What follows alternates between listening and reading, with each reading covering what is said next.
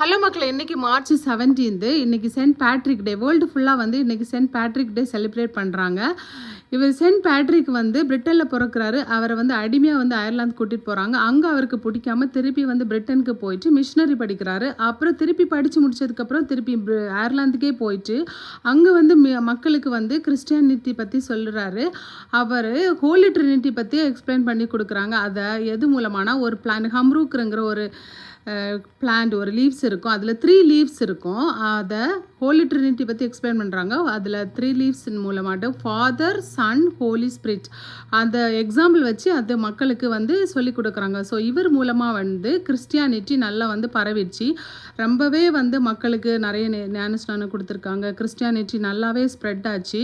So அதனால தான் இன்றைக்கி அவரோட இதை டே செலிப்ரேட் பண்ணுறாங்க. இங்கே ஆஸ்திரேலியாலேயும் வந்து எல்லோரும் க்ரீன் கலர் டெக்கரேஷன் பண்ணிவிட்டு க்ரீன் கலர் ட்ரெஸ் போட்டுட்டு அவரோட டே வந்து செலிப்ரேட் பண்ணுறாங்க. நிறைய கண்ட்ரீஸில் செலிப்ரேட் பண்ணுறாங்க. இதுதான் சென்ட் பேட்ரிக் டே.